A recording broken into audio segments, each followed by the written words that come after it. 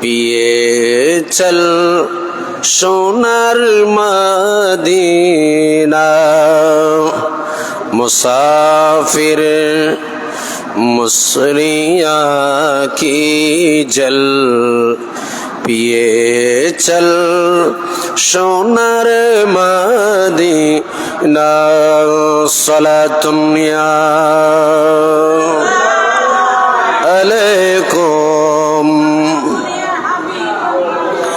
যেতাই মুদের নূরি নবী যেতাই মুদের নূরে নবী করেছেন শয়ন মদিনা লেগেছে কেমন হাজিগণ বলো তো দেখি হাজিগণ বলো তো দেখি মদিনা লেগেছে কেমন যেতাই মুদের নূরে নবী যেতাই মুদের নূরে নবী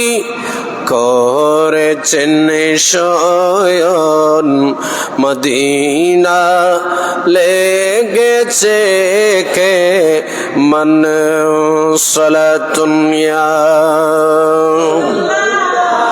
আলাইকুম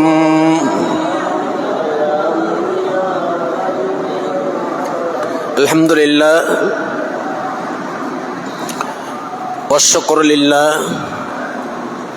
আল্লাহ পাক আজ্জা ওয়া জালের দরবারে পাকে শুকর আদায় করছি, যিনি আমাদেরকে আজকের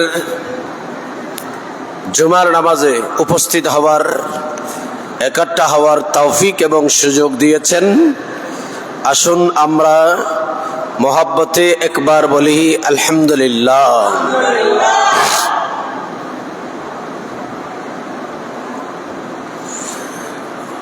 পবিত্র কালামে মজিদের ভেতর আল্লাহ পাক আজ্জা ওয়া জাল ইরশাদ করেছেন, বিসমিল্লাহির রহমানির রহিম, ইন্নাল্লাহা ইশতারা মিনাল মুমিনিনা আনফুসাহুম ওয়া আমওয়ালাহুম বিআন্না লাহুমুল জান্নাহ। নিশ্চয়ই আল্লাহ পাক মুমিনদের জান এবং মুমিনদের মাল জান্নাতের বিনিময়ে ক্রয় করে নিয়েছেন। সুবহানাল্লাহ। মুমিনদের জান, মুমিনদের জান, মুমিনদের মাল সম্পদ বিআন্না লাহুমুল জান্নাহ, জান্নাতের বিনিময়ে আল্লাহ পাক ইশতারা, ইন্নাল্লাহা ইশতারা মিনাল মুমিনিনা, মুমিনদের জান এবং মালকে জান্নাতের বিনিময়ে আল্লাহ পাক আজ্জা ওয়া জাল ক্রয় করে নিয়েছেন। তার মানে মুমিনদের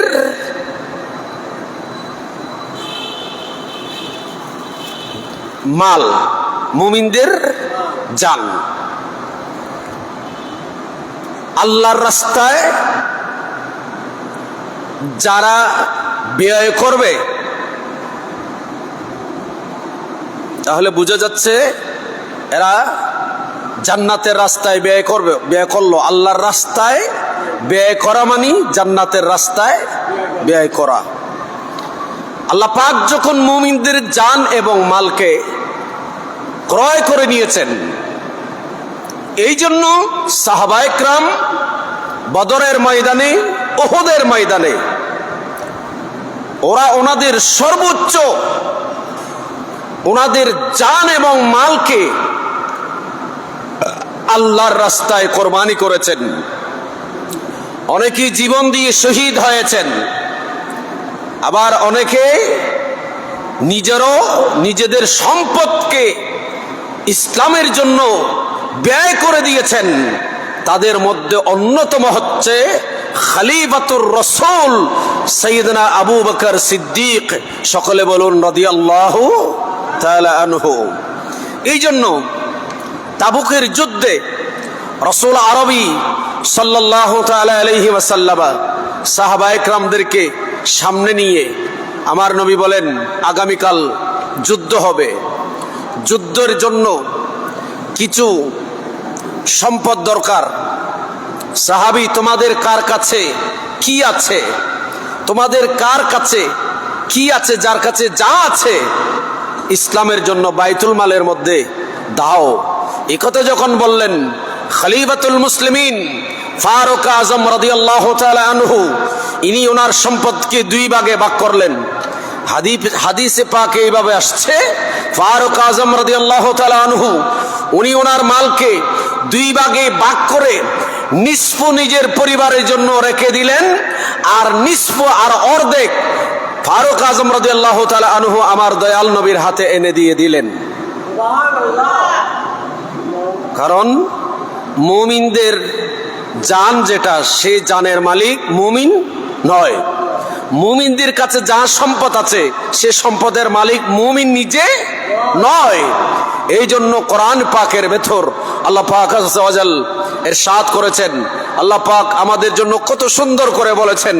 রব্বুল আলামিন বলেন, ইন্না সলাতি ওয়া নুসুকি ওয়া মাহইয়ায়া ওয়া মামাতি লিল্লাহি রাব্বিল আলামিন। আমার সব কিছু, জান, মাল, কোরবানি, ধন দৌলত, নামাজ, রোজা, হজ, যাকাত, ইবাদত, বندگی, রিয়াজত, তাসবিহ, তাহলিল, যা কিছু আছে সব কিছু লিল্লাহি রাব্বিল আলামিন, আল্লাহ পাকের জন্য। জোরে বলুন সুবহান। তাহলে মুমিন আমার কিছু নাই, সবকিছু কার? আল্লাহর, আল্লাহ পাকের। খলিফাতুল মুসলিমিন ফারুক আজম রাদিয়াল্লাহু তাআলা নিজের সম্পদ অর্ধেক রেখে দিয়ে বাকি অর্ধেক আমার নবীর হাতে এনে দিলেন। যুদ্ধের প্রস্তুতি। ফারুক আজম এগুলা দিয়ে চলে যাওয়ার পর কিছুক্ষণ পর দেখে গেল হযরতে সাইয়েদনা আবু বকর সিদ্দিক খলিফাতুর রাসূল, ইনি আমার নবীর কাছে আসলেন। আমার নবীর কাছে ইনি একটা ব্যাগ এনে দিলেন, গাঠি এনে দিলেন। আমার নবীকে বললেন, হুজুর এইগুলা আমি এনেছি।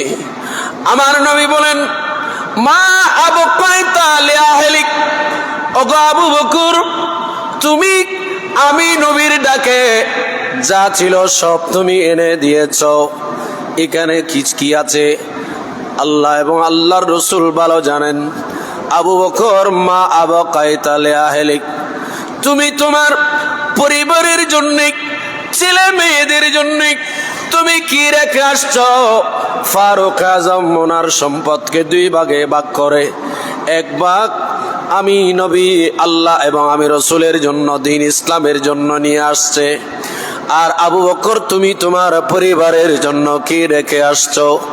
সিদ্দিক আকবর রাদিয়াল্লাহু তাআলা আনহু ডাক দিয়ে বলেন, ইয়া রাসূলুল্লাহ, নবী গো, আপনি বলছেন আমি আমার পরিবারের জন্য কি রেখে আসছি? হুজুর, আমি আমার পরিবারের জন্য আবকাইতাল্লাহু ওয়া রাসূলুহু, আমি আমার পরিবারের জন্য আল্লাহ এবং আপনি রাসূল পাককে রেখে এসেছি।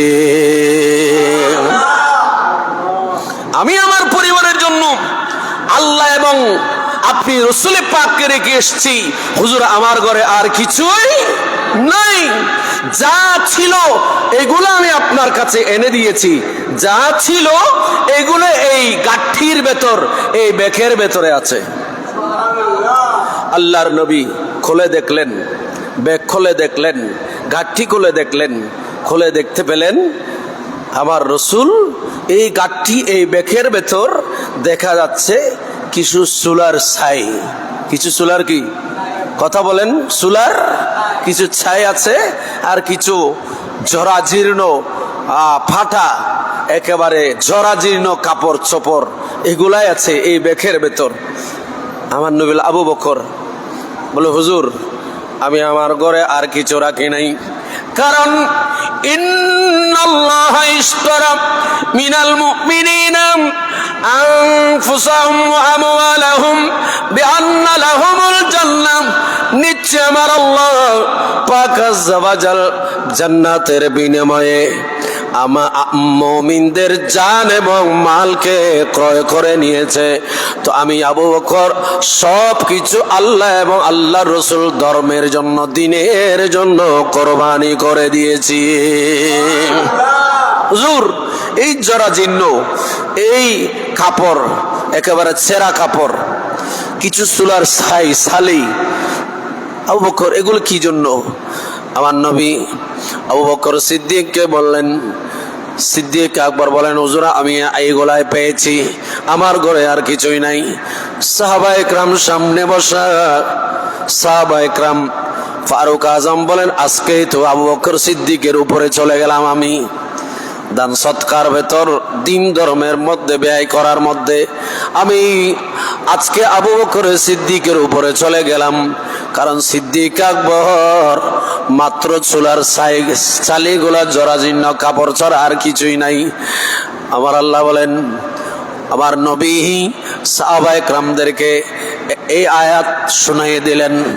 এই আয়াত শুনিয়ে দেওয়ার পর এরপর সাহাবা একরামদেরকে আমার নবী বলেন, ও সাহাবীরা শুনো, সিদ্দিক আকবরের চুলার ছাইগুলা কাজে আসবে, এই ফাটা কাপড়গুলো কাজে আসবে যখন তোমরা কোন সাহাবী যখন কাফেরদের আক্রমণে যখন তোমরা আঘাত প্রাপ্ত হবা, তোমাদের কারো হাতে, তোমাদের কারো গায়ে, তোমাদের কারো পায়ে যদি কাফেররা আঘাত করে, তোমাদের থেকে যখন কোনো রক্ত বের হবে, তখন এই ছাইগুলা এবং পাটা কাপড় গুলা দিয়ে অন্তত পক্ষে প্রাথমিক ব্যান্ডেজ করা যাবে।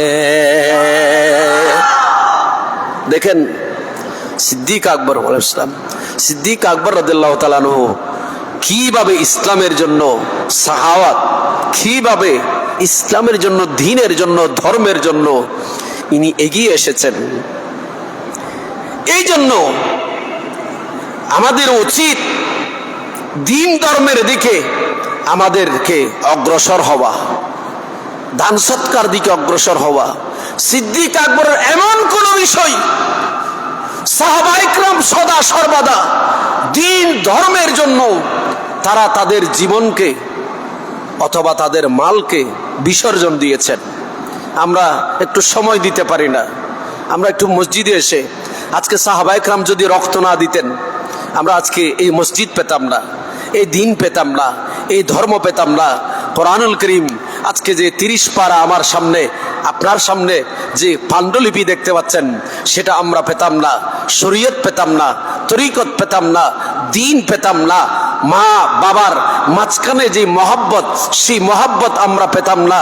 আজকে যেই ন্যায় নীতি, হালাল হারাম এবং ইসলামের যে সৌন্দর্য, এক জীবন একটা বিধান, সেই বিধান আমরা পেতাম না যদি সেই দিন সাহাবায়ে কেরাম বদর উহুদের ময়দানে এদের সম্পদ, এদের জীবন যদি বিলীন না করতেন, তাহলে আমরা সহজে ইসলাম পাওয়া সম্ভব হতো না।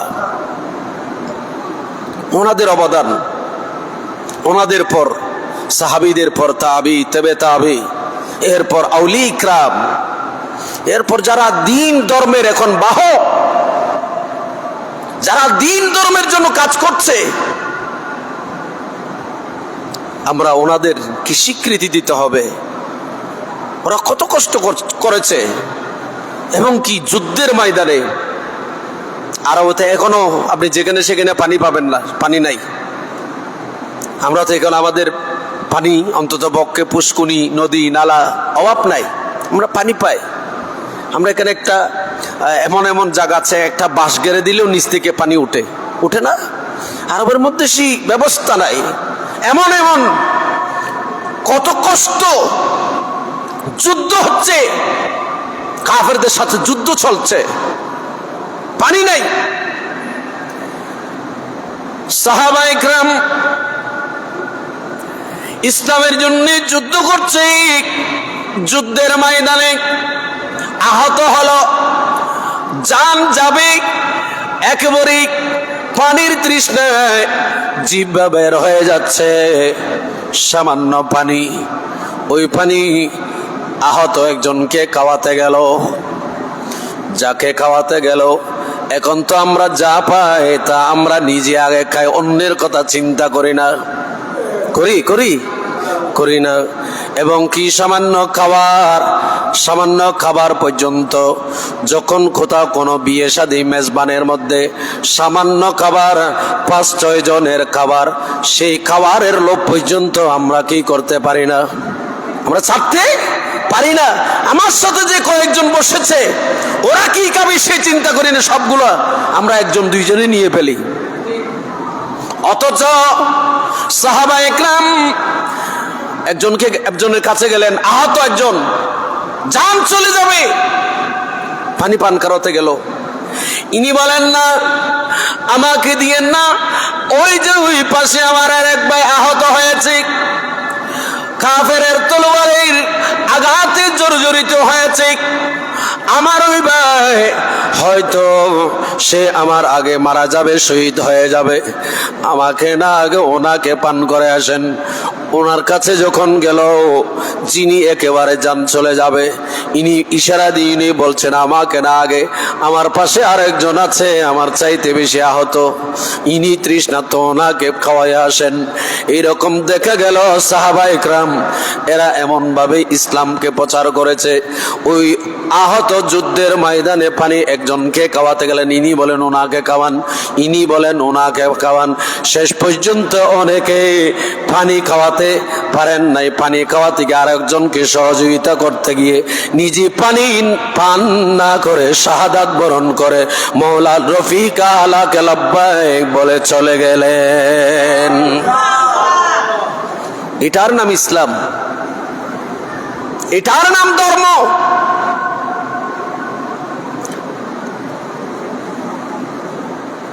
আল্লাহ পাক আমাদেরকে অন্ততপক্ষে সেই নবী পাকের উম্মত হিসেবে কবুল করেছেন। আমাদের কাছে যা থাকার দরকার আমরা কিন্তু সেগুলো ধরে রাখতে পারি না। আমরা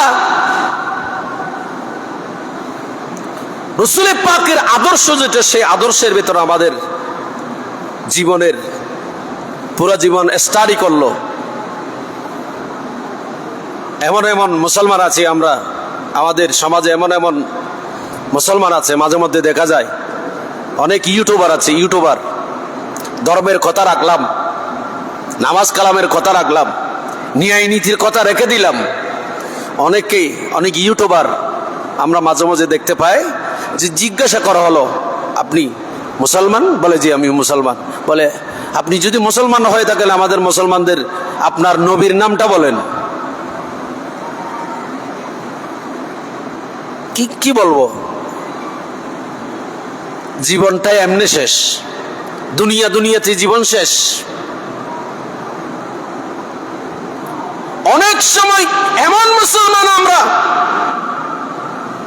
যেই নবীর কলমা পড়ে মুসলমান হয়েছি, সেই নবীর নাম পর্যন্ত অনেক মুসলমান জানে না। বড় দুঃখজনক ব্যাপার। এর চাইতে বড় দুঃখ আমাদের আর কিছু হতে পারে না। কারণ কলমার ভেতর 2টি পাঠ, একটা তাওহীদ আর একটা রিসালা, একটা তাওহীদ আর একটা রিসালা। এখানে কলমা আছে, আছেন উপরে আপনারা দেখেন, এখানে লা ইলাহা ইল্লাল্লাহ, লা ইলাহা ইল্লাল্লাহ, লা ইলাহা ইল্লাল্লাহ, এটা হচ্ছে তাওহীদ। এর ভেতর লা ইলাহা ইল্লাল্লাহর ভেতর 12টি হরফ আছে। দেখেন আপনি, আপনার গণনা করে দেখেন উপরে, এখানে কোনো নক্তা নাই, ফোঁটা নাই, বিন্দু নাই। লা ইলাহা ইল্লাল্লাহ 12টি হরফ। এটা কলমার প্রথম পাঠ, এটার নাম তাওহীদ। মুহাম্মাদুর রাসূলুল্লাহ সাল্লাল্লাহু তাআলা আলাইহি ওয়াসাল্লাম, ওখানেও 12টি হরফ। হরফ কয়টা দেখেন, উপরে দেখেন না, 12টি হরফ। এখানে লা ইলাহা ইল্লাল্লাহর মধ্যে যেমন কোনো নোক্তা নাই, ফোঁটা নাই, বিন্দু নাই, মুহাম্মাদুর রাসূলুল্লাহর মধ্যে কোনো ফোঁটা বিন্দু নাই। লা ইলাহা ইল্লাল্লাহ 12টি হরফ, মুহাম্মাদুর রাসূলুল্লাহ ওখানেও 12টি হরফ। এই 12টা 2 মিলে হয় 24, পুরো একটা দিন হয় 24 ঘন্টা। আর কলমা হচ্ছে তাওহীদ, 12টি হরফ, লা ইলাহা ইল্লাল্লাহ মুহাম্মাদুর রাসূলুল্লাহ, এইখানে 12টি হরফ। এটা হচ্ছে রিসালাত। তাওহীদ এবং রিসালাত এই দুইটা ছাড়া কলমা হয় নাই। সুতরাং শুধু তাওহীদি জনতা বললে যথাযথ হবে না। তাওহীদ, শুধু তাওহীদ বললে লা ইলাহা ইল্লাল্লাহকে বোঝায়। শুধু তাওহীদ বললে লা ইলাহা ইল্লাল্লাহ আল্লাহ পাককে বোঝায়। আল্লাহ ছাড়া কোনো মাবুদ নাই, কোনো উপাস্য নাই, শুধু ওনাকে বোঝায়। আজানে কলমার মধ্যে যেমন 2টি পাঠ, কলমায় কয়টি পাঠ? একটু কথা বলেন না আমার সাথে, কয়টা পাঠ? একটা তাওহীদ আর একটা বলেন তাওহীদ রিসালা। আপনি ইসলামের কোন ফরজ ওয়াজিব বিষয় আছে আমাকে দেখান যেখানে আমার নবী নাই। দেখান আমাকে, একটু দেখান। কলমাতে লা ইলাহা ইল্লাল্লাহর পাশে আমার নবী। নবী ছাড়া তাওহীদ পরিপূর্ণতা নয়। আমার আল্লাহ পাকের পরিচয় আদম সফিউল্লাহ থেকে ঈসা রূহুল্লাহ পর্যন্ত সমস্ত নবী রাসূল দিয়েছেন। তাওরাত, জবুর, ইনজিল, আসমানি কিতাব, সহিফাগুলোতে ওরা পেয়ে আল্লাহ পাকের পরিচয় দিয়েছে। আর সেই আল্লাহ পাকের সেই তাওহীদের পরিচয় আমার রাসূল থিওরি দেন নাই, থিওরি পরিচয় দেন নাই। কুল হুয়াল্লাহু আহাদ আল্লাহুস সামাদ লাম ইয়ালিদ ওয়া লাম ইউলাদ, এটা আমার রাসূল, আমাদের নবী, এটা থিওরি আমাদেরকে দলিল দেন নাই। আমার রাসূলকে আমার আল্লাহ মেরাজে লামকানে নিয়ে গিয়ে আল্লাহ পাক রিসালাতকে তাওহীদের কাছে নিয়ে গিয়ে আল্লাহ পাকের খুদ প্র্যাকটিক্যাল পরিচয়, তাওহীদের পরিচয় আল্লাহ আমার নবীকে দিয়ে দিয়েছেন। বড় করে বলুন। নবী ছাড়া, রিসালাত ছাড়া তাওহীদ পরিপূর্ণ বলেন না? আচ্ছা, আমরা নামাজ পড়ি না, কি জন্য আসছি? একটু কথা বলেন না। আপনারা ভয় পাইতেছেন মনে হয়। আমি তো আপনাদেরকে আর ধমক দিচ্ছি না, কিছু বলছি না। আমার সাথে একটু কথা বলেন। আপনাদের হৃদয়টাকে কথাগুলা বলার মাধ্যমে মনে হয় আমি পরিবর্তন করতে পারছি না। একটু কথা বলবেন। আমরা আসছি কি জন্য? এই কথাটা বলতে পয়সা খরচ হচ্ছে, আপনার পকেট থেকে তো আমি পয়সা নিয়ে একটু জবান করলে বলেন আমরা কি জন্য আসছি এখানে?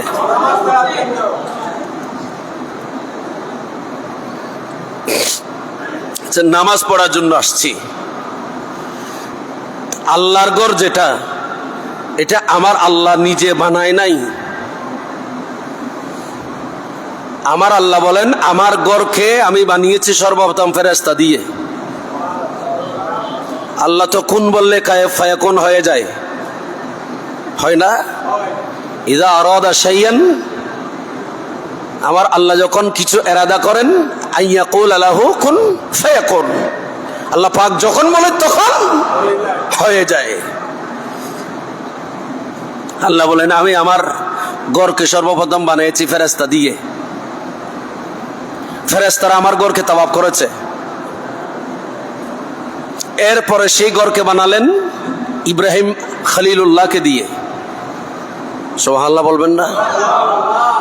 এরপরে এইভাবে নবী রসুলগণ করতে করতে এইভাবে আল্লাহর ঘর হানায়ে কাবা নির্মিত হয়ে আসছে। ইবাদত করতেছি, পরিশেষে আমরা আসছি, আমরা ইবাদত করতেছি, এখনো করব, নামাজ পড়ব। কে আমরা সুন্নত পড়েছি, নফল পড়েছি, মসজিদে ঢুকে 2 রাকাত দোহলিল মসজিদ অনেকে পড়েছি।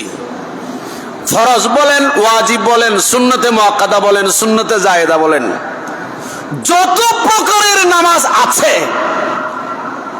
সিজদা কার জন্য? রুকু কার জন্য? সুবহান রাব্বিল আলা কার জন্য? সুবহান রাব্বিল আযীম কার জন্য? সব আল্লাহর জন্য। নামাজ আল্লাহর জন্য। সেখানে আসসালামু আলাইকা বলে নবীকে কেন সালাম দিতেছেন? নামাজ তো আল্লাহর জন্য, সালাম নবীকে কেন দিতেছেন? শিরিক হচ্ছে না? কিরে কথা বলেন না? নামাজটা আল্লাহর জন্য, শিরিক কেন করতেছেন নামাজ পড়তে এসে?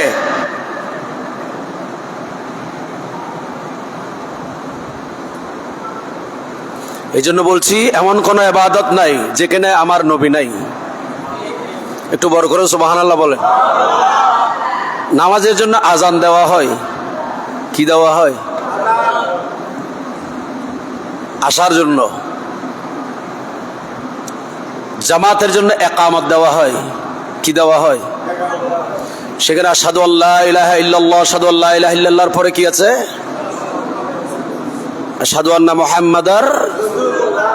তো নামাজটা আল্লাহর জন্য, সেখানে নবীকে কেন আশহাদু আন্না মুহাম্মাদার রাসূলুল্লাহ শিরিক কেন করতেছেন? কেন করতেছেন?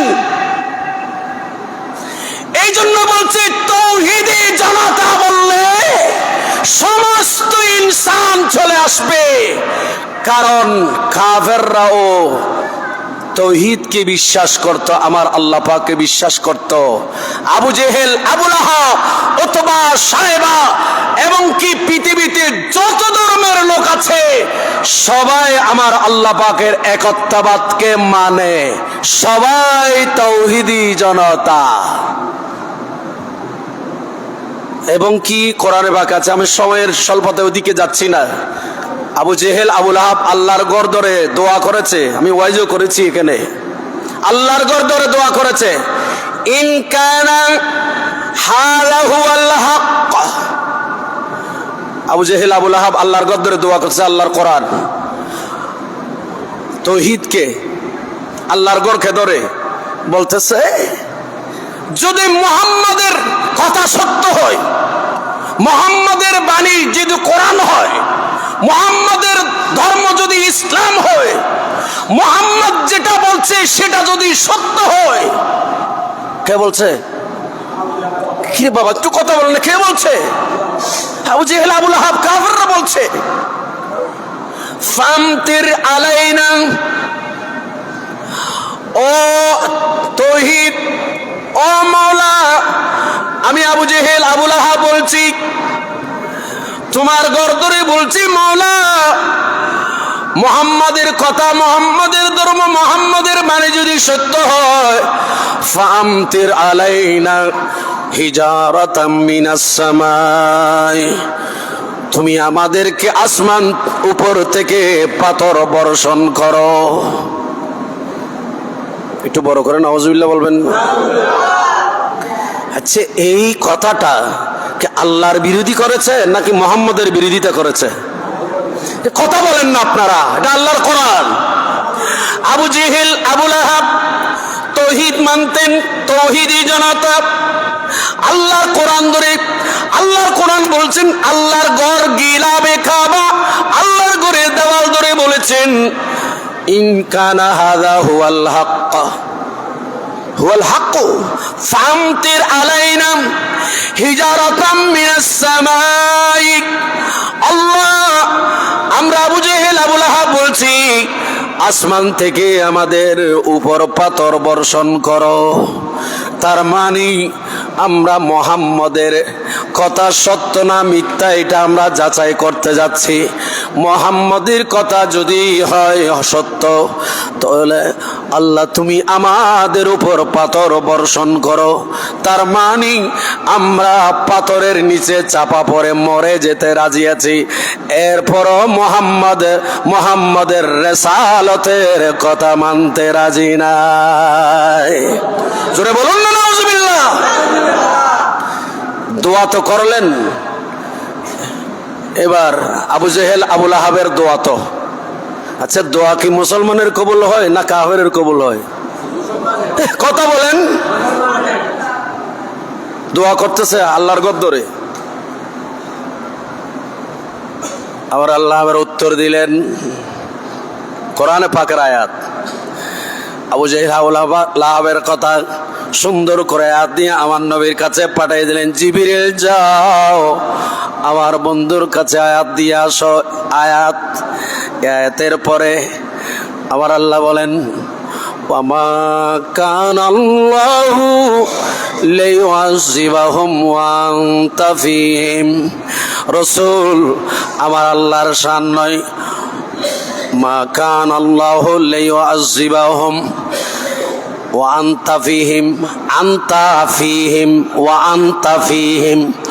রাসূল ওগো নবী মুহাম্মদুর রাসূলুল্লাহ, আপনি নবী যেখানে, আপনি নবী যে কওমে, আপনি নবী যে শহরে, আপনি নবী যাদের সাথে আছেন, আমি আল্লাহর শান নয়, মা কানাল্লাহু লিয়ুআযিবাহুম ওয়া আনতা ফীহিম।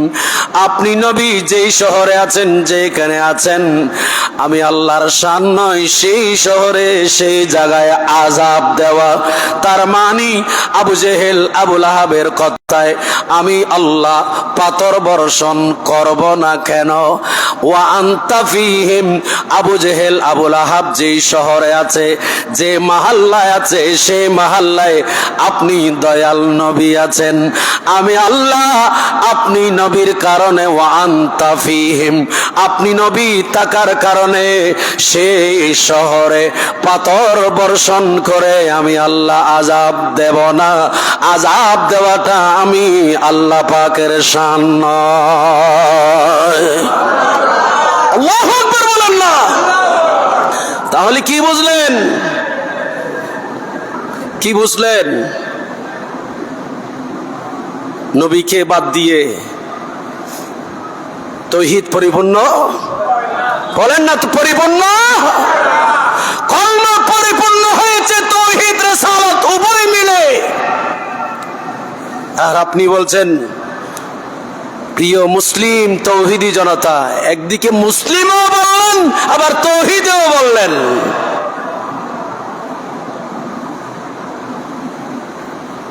মুসলিমকে তাওহীদও বললেন, মুসলিমও বললেন। এই জন্য কলমায় দেখেন আমার নবী রিসালাত, নামাজে দেখেন আসসালামু আলাইকা আইয়ুহান নবিয়্যু, আমার রাসূলের রিসালাত। আযানে দেখেন আশহাদু আন্না মুহাম্মাদার রাসূলুল্লাহ, আমার নবীর রিসালাত। ইকামতে দেখেন আমার নবীর রিসালাত। নয় নয়, আপনি যখন দুনিয়া থেকে চলে যাবেন, আপনাকে যখন কবরস্থ করা হবে, আমাকে যখন কবরস্থ করা হবে, বিসমিল্লাহি ওয়ালা মিল্লাতে তাওহীদি জনতা নয়, বিসমিল্লাহি ওয়ালা মিল্লাতে রাসূলিল্লাহ রিসালাতের স্লোগান দিয়ে আমাকে আপনাকে কবরে শোয়ে দেওয়া হবে। ঠিক কিনা বড় করে বলে? তো কেন কেন শুধু শুধু তাওহীদি জনতা বলেন? কেন বলেন?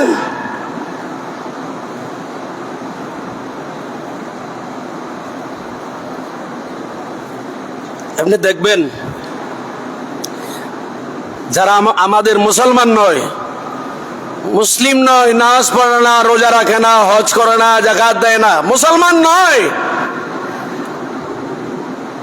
যদিও ধর্ম আলেক, গাছ পূজা, বাঁশ পূজা, তুলসী গাছ, এই গাছ, সূর্য পূজা, আগুন পূজা, অনেক পূজা করে, শিরিক করে, কিন্তু তার সাথে যে মাত্র ঝগড়া লেগেছেন সে বলতেছে উপরওয়ালা।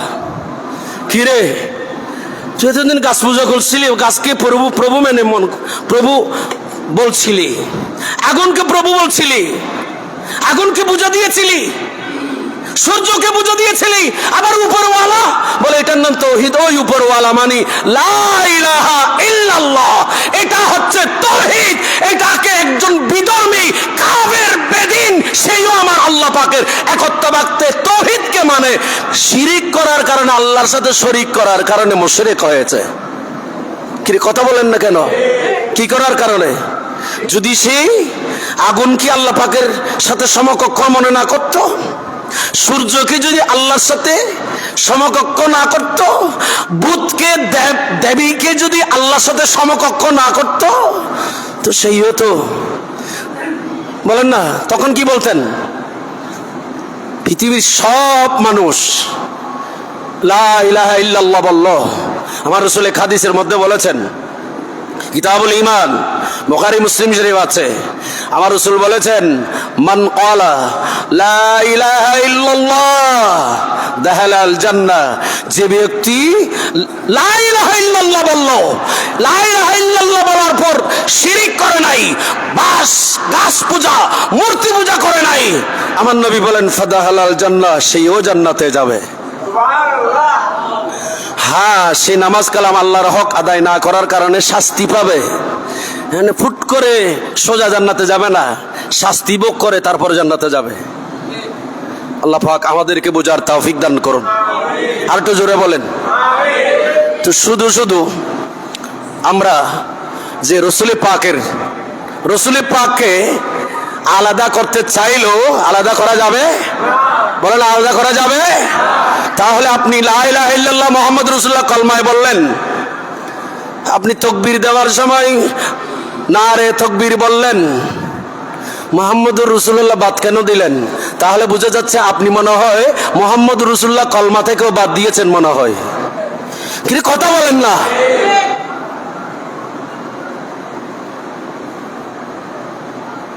কারণ কি জানেন? কারণ নবীর সাথে বিদ্বেষ থাকলে এরা রিসালাতকে অস্বীকার করে। কারণ যাদের আকীদা বিশ্বাস নবী আমার মতো সাধারণ, এরা রিসালাতের বিশ্বাসী নয়, এরা শুধু তাওহীদ একটা অংশ নিয়ে আছে। আলহামদুলিল্লাহ, আমরা আহলে সুন্নাত ওয়াল জামাত, আমরা তাওহীদ রিসালাত উভয়কে মানি।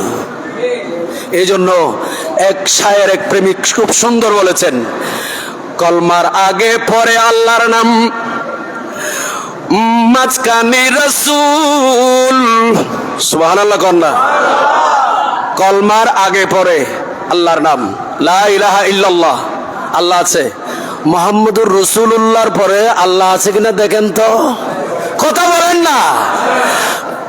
এভাবে আজানের আগে পরে আল্লাহর নাম, মধ্যখানে রাসূল, একামতের আগে পরে আল্লাহর নাম, মাঝখানে রাসূল, সৃষ্টি কুলে মোদের নবীর নাই যে সমতুল। আরে জাতি নূরের সৃষ্টি নবী সৃষ্টির উপরে, জাতি নূরের সৃষ্টি নবী সৃষ্টির উপরে, এলেন নূরের নবী যখন মক্কা নগরে, এলেন নূরের নবী যখন মক্কা নগরে। আল্লাহুম্মা সাল্লি মাওলানা মুহাম্মদ ওয়া আলা আলি।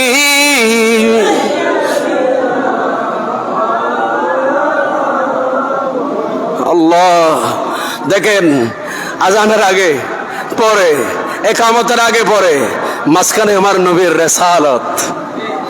এখন যারা বলছে মসজিদের একদিকে লা ইলাহা ইল্লাল্লাহ, এক পাশে মুহাম্মদুর রাসূলুল্লাহ, আরেক পাশে পাশাপাশি লেখা যাবে না, তো আমার মনে হয় তারা এই কথাও বলবে যে কলমা থেকে মুহাম্মদকে বের করে দাও, এই কথাও হয়তো অতি শীঘ্রই হয়তো বলবে।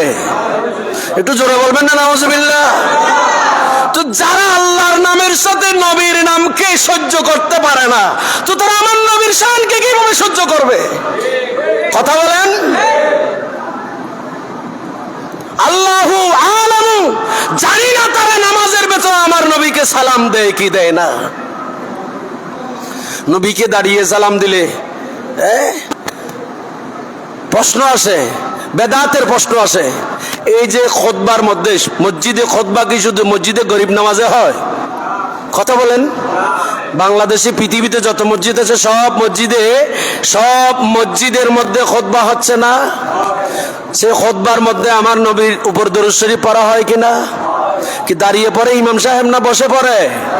কথা বলেন। আরে শুধু সেটা না, আমার নবীর নাম না শুধু দাঁড়িয়ে, সিদ্দিক আকবর রাদিয়াল্লাহু তাআলা আনহু, উনি হচ্ছেন আমার রাসূলের সাহাবী। সিদ্দিক আকবর রাদিয়াল্লাহু তাআলা আনহুর আব্বার নাম নেওয়া হয় খুতবায় দাঁড়িয়ে। ইবনে নাবাতার খুতবা যদিও সেটা পড়া হয়, কিছু পড়া হয় না। ইবনে নাবাতার খুতবার মধ্যে সিদ্দিক আকবরের বাবার নাম নিয়ে দাঁড়িয়ে নেওয়া হয়, ফারুক আজম রাদিয়াল্লাহু তাআলা আনহুর বাবার নাম দাঁড়িয়ে নেওয়া হয়। এইভাবে খুলাফায়ে রাশিদিন তাদের বাবার নাম দাঁড়িয়ে খুতবায় নেওয়া হয়। সিদ্দিক আকবরের বাবা ইনি আমার রাসূলের সাহাবী নাকি?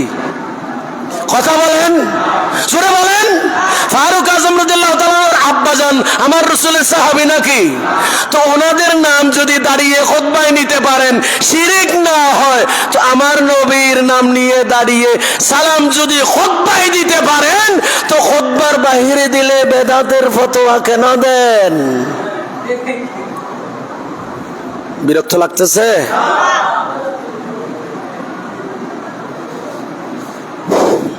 আল্লাহ হেফাজত করুন। সময় কম, শেষ। একটু তারা আসবেন আপনাদেরকে, আপনারা তারা আসলে আমি কিছু কথা আপনাদের জন্য বলতে পারবো অন্তত। এগুলো তো এখানে বললাম মসজিদের বাইরে চলে গেছে, এগুলো একটু কলমের মধ্যে একটু কি করেন, হয়তো টাকা পয়সা দিলে পকেটে জমা রাখবেন, ব্যাংকে জমা রাখবেন। তো এই কথাগুলো একটু মনের হৃদয়ের ব্যাংকে জমা রাখবেন। এগুলো যদি জমা রাখতে পারেন তাহলে পথভ্রষ্ট হওয়া যাবে, পথভ্রষ্ট কেহ করতে পারবে না। আশ্চর্য লাগে। যাক, আজকে এতটুকুর মধ্যে শেষ করতে যাচ্ছি। আল্লাহ পাক আমাদের সবাইকে আমল করার তৌফিক দান করুন, আমল করার তৌফিক দান করুন। আমরা অত্যন্ত জোরালোভাবে বলছি, এই দেশে হাজারো হাজার ছাত্র জীবন দিয়েছে বৈষম্য বিরোধী আন্দোলন করতে গিয়ে। বৈষম্য কেন এই দেশে হবে? কিন্তু আমরা ইতিমধ্যে এই দেশে এখন বৈষম্য আগের চাইতে আরো বেশি দেখতেছি। কথা বলেন ঠিক কিনা? কারণ গত 12 তারিখে ঢাকায় সোহরাওয়ার্দী উদ্যানে ফিলিস্তিনের বিরুদ্ধে বাংলাদেশের মানুষ গর্জে উঠেছিল। কিন্তু আমাদের গণনার আমরা যারা তাওহীদ রিসালাত উভয়টাকে বিশ্বাস করি, আমাদেরকে আগামী 26 তারিখ সোহরাওয়ার্দী উদ্যানে যাওয়ার বাধা দেওয়া হচ্ছে। আমরা কোনো রাজনৈতিক ব্যানারে যাচ্ছি না, আমাদের কারো কোনো রাজনৈতিক পরিচয় নয়। আমরা মুসলমান হিসেবে আমার দায়িত্ব ফিলিস্তিনের মুসলিম ভাইদের পক্ষে আমার আপনার দ্বারার দায়িত্ব আছে। সুতরাং আমাদেরকে যারা আমাদের সময় নিয়ে আমাদেরকে সোহরাওয়ার্দী উদ্যানে যারা বাধা প্রদান করছেন, আমরা মনে করব আপনারা উপরে মুসলমান হলেও আপনারা ভেতরে ইসরায়েলের দালাল হয়ে বসে আছেন। সুতরাং অনুরোধ করব সরকার বাহাদুরকে, গতকালকে পুরো বাংলাদেশে বিভিন্ন রাস্তাঘাট বন্ধ হয়ে গেছে, রাত গভীর 2টা-3টা পর্যন্ত। যদি আমাদেরকে ফিলিস্তিনের পক্ষে বাংলাদেশের সমস্ত আপামর জনতা যাবে এই সোহরাওয়ার্দী উদ্যানে, আমাদেরকে যদি যেতে বাধা দেওয়া হয়, আমাদেরকে যদি ফিলিস্তিনের পক্ষে যদি আমাদেরকে দাঁড়াতে না দেওয়া হয়, তাহলে আমরা মেনে নেব ডাল মে কুছ কালা হ্যায়। কথা বলেন ঠিক কিনা? ডাল মে কুছ কালা হে, উপরে ফিলিস্তিনের পক্ষে কথা বলবেন, ভেতরে নিজের শরীরে ফিলিস্তিন লালন করবেন। উপরে ফিলিস্তিনের বিরুদ্ধে কথা বলবেন, ভেতরে কোক নিয়ে ঘরের মধ্যে বিভিন্ন পণ্য, ইসরায়েলের পণ্য ব্যবহার করবেন। এটা মুসলমানের পরিচয় হতে পারে না। আমরা মুসলমান, ইসরায়েল, এই ইসরায়েলের পণ্য আমরা আমাদের ঘর থেকে নয়। যদি আপনি মুসলমান হয়ে থাকেন, আপনার দোকানেও ইসরায়েলি পণ্য বেচা বিক্রি বন্ধ করতে হবে। যদি আমাদেরকে 26 তারিখ আগামীকাল যদি আমাদেরকে যেতে বাধা দেওয়া হয়, আমরা পুরো চট্টগ্রামকে বাংলাদেশ থেকে আলোক করে ফেলবো। আমরা চট্টগ্রামের পণ্য ঢাকায় যেতে দেব না। আমরা চট্টগ্রামকে অচল করে দেব নয়, শুধু যারা আজকে ফিলিস্তিনের পক্ষে দাঁড়ানোর জন্য চাচ্ছে, এদেরকে যারা বাধা দিচ্ছে, আমরা পুরো বাংলাদেশকে, পুরো বাংলাদেশের রাজপথ দখল করব। শুধু সরওয়ার্দী উদ্যান নয়, পুরো বাংলাদেশ খণ্ড ফিলিস্তিন হয়ে পুরো জেলায় উপজেলায় ফিলিস্তিনের পক্ষে দাঁড়িয়ে যাবে এবং ইসরায়েল মজলুম ফিলিস্তিনের পক্ষে দাঁড়িয়ে ইসরায়েল গুন্ডা বাহিনী, এই জালেম বাহিনীর বিরুদ্ধে পুরো বাংলাদেশ এক খণ্ড ফিলিস্তিন হয়ে যাবে। ঠিক কিনা? অনুরোধ করব, ডাক দিলে আসবেন? বলেন না, ডাক দিয়ে আসবেন? অন্তত পক্ষে ডাক দিলে, বেশি দূর যেতে না পারলো বহদ্দারহাট, মুরাদপুর, আমরা এগুলাতে ইনশাল্লাহ অবস্থান গ্রহণ করব। না হয় আমাদেরকে সোহরাওয়ার্দী উদ্যানে যাওয়াটাকে আমাদের জন্য উন্মুক্ত করা হোক। আমরা দুনিয়ার কোনো রাজনীতি করার জন্য আমরা সোহরাওয়ার্দী উদ্যানে যাচ্ছি না। আমার মুসলমান ভাইয়ের পক্ষে যাচ্ছি, আমরা আমার মুসলমান ভাইয়ের পক্ষে যাচ্ছি। সুতরাং অনুরোধ করব, যারা যেভাবে পারেন সেভাবে নিজেদের মধ্যে ঐক্যবদ্ধ হয়ে মুসলিম ফিলিস্তিনের পক্ষে দাঁড়ান, এই ইসরায়েলের বিরুদ্ধে কথা বলেন। এই ইসরায়েল শুধু ফিলিস্তিনকে শেষ করছে না, এই ইসরায়েল পুরা এশিয়ায় মুসলমানদেরকে শেষ করবে। আমি বলে যাচ্ছি, হয়তো আমার হায়াতও একদিন চলে যাবে, হয়তো আপনিও চলে যাবেন। দেখবেন এই ইসরায়েল ফিলিস্তিনকে শেষ করার পর আশেপাশে দেশগুলোতে এখন দুর্বল করে ফেলেছে। মুসলমান এই ফিলিস্তিনে নয়, এই এশিয়া নয়, পার্শ্ববর্তী দেশ বার্মার মুসলমান কচু কাটা করে বার্মার মুসলমানকে এরা নির্মূল করতে চেয়েছে। কিছু জাত বাঁচানোর জন্য আমাদের দেশে আসছে। এখন দেখা যাচ্ছে পার্শ্ববর্তী দেশেও মুসলমান আমার ভাইয়ের রক্ত ঝরছে। আমার ভাই মসজিদে গিয়ে আজকে জুমার নামাজ পড়তে পারছে না। আমার ভাই কোরবানির গরু পশু জবাই করতে পারছে না। যদি সোচ্চার না হন, এই ইসরায়েলের ইহুদিদের বিরুদ্ধে যদি আপনি এখন সোচ্চার না হন, অতি সত্তর মুসলমান ধ্বংস হয়ে যাবে। এই মসজিদ থাকবে না, এই মসজিদও হয়তো একদিন তালা লাগিয়ে বন্ধ করে দেবে। সুতরাং আমার ইমানি চেতনা নিয়ে সেই দিন 313 জন সাহাবীরা যেভাবে বদরের ময়দানে নেমেছে, ইসলামের পক্ষে, তৌহিদের পক্ষে, রিসালাতের পক্ষে, হকের পক্ষে, আমাকে আপনাকে জীবন যাবে, জান যাবে, মাল যাবে। আল্লাহ পাক কোরআনের মধ্যে সূরা তাওবার এই আয়াতের মধ্যে 111 এই আয়াতে আল্লাহ পাক বলেন, ইন্নাল্লাহা ইশতারা মিনাল মুমিনিনা আনফুসাহুম ওয়া আমওয়ালাহুম বিআন্না লাহুমুল জান্নাহ। নিশ্চয় আমার আল্লাহ মুমিনদের জান, মুমিনদের মাল জান্নাতের বিনিময়ে ক্রয় করে নিয়েছেন। কিসের বিনিময়ে? কথা বলেন, কিসের বিনিময়ে? জান্নাতের বিনিময়ে। সুতরাং আমাদেরকে ঐক্যবদ্ধ হতে হবে, সমস্ত বিশ্বের মুসলমান ঐক্যবদ্ধ হতে হবে, বাংলাদেশের সমস্ত মুসলমান ঐক্যবদ্ধ হতে হবে এই জালেমদের বিরুদ্ধে। ওয়া আখিরি দাওয়ানা আলহামদুলিল্লাহি রাব্বিল আলামিন। ওয়াসসালামু আলাইকুম।